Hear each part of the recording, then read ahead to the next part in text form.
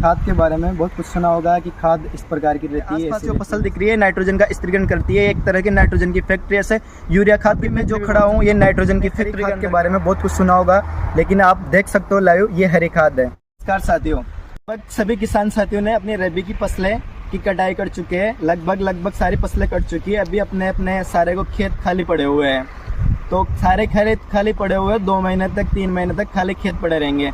तो हमें ऐसा क्या करना चाहिए जिससे अगली जो फसल लगाएंगे हम खरीफ ऋतु की, वो अच्छा पैदावार दें और अच्छा प्रोडक्शन दें और अपने खेत की दशा भी सुधर जाए, अपनी मिट्टी की दशा भी सुधर जाए और मिट्टी भी बुरी हो जाए। तो हमें क्या करना चाहिए? तो अभी हम श्री रामचंद्र जैविक कृषि अनुसंधान एवं प्रशिक्षण केंद्र कोटा के प्रांगण पे है और हमने यहाँ पे सनई की फसल लगा रखी है जो हरी खाद के रूप में काम आती है। तो आपने खादों के बारे में बहुत कुछ जाना होगा, लेकिन सबसे सर्वोत्तम और सबसे बेस्ट अपने हरी खाद रहती है।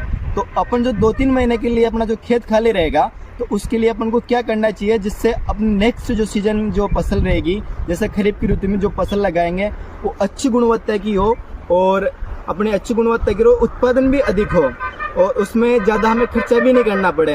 तो हमें हरी खाद लगानी चाहिए। हरी खाद में आप ढेंचे की फसल ले सकते हो, सनई की फसल ले सकते हो, मूंग की फसल ले सकते हो।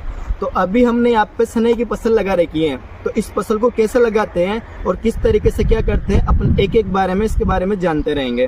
कि जैसे अभी फसल कटाई हो चुकी है, खेत खाली है, तो हमें 1-2 बार कल्टीवेटर चला देना चाहिए।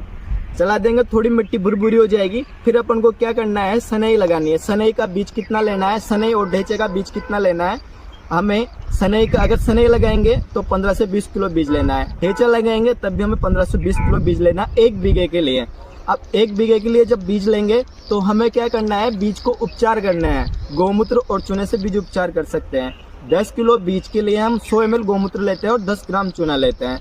इससे उपचारित करके हमें बीज लगा देना चाहिए। अब बीज कैसे लगाएंगे, तो बीज को हम हरी खाद के लिए उपयोग ले रहे हैं, तो हमें छिड़काव विधि से बीज लगाना चाहिए।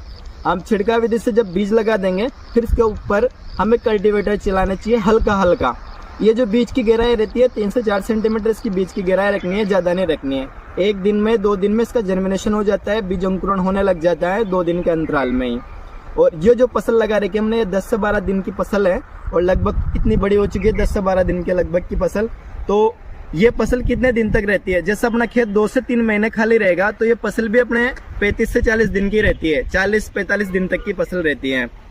जब अपन को फसल में हल्के फुल्के इक्के दुक्के फूल दिखने लग जाए, तब हमें क्या करना है, कल्टीवेटर की सहायता से, रोटावेटर की सहायता से वापस मिट्टी में दबा देना चाहिए। तो जब अप्रैल का महीना चल रहा है, अगर हम 15 से 20, 25, 30 अप्रैल तक अगर भी लगाएंगे, तब भी 35-40 दिन में इसका वापस मिट्टी के अंदर दबा सकते हैं। मतलब जो अपने खरीफ की ऋतु आ रही है जुलाई के अंदर, अपन जो भी फसल लगाएंगे उसमें आराम से लगा सकते हैं। तो इसी प्रकार अपने जो खेत खाली है उसको खेत को खाली नहीं रखना है और ये हरी खाद लगा देनी चाहिए। इसके बहुत सारे फायदे हैं। इसमें नाइट्रोजन की, कई सारे पोषक तत्व की भी पूर्ति हो जाती है अपने खेत के लिए। तो आप इस तरह से हरी खाद लगा सकते हैं।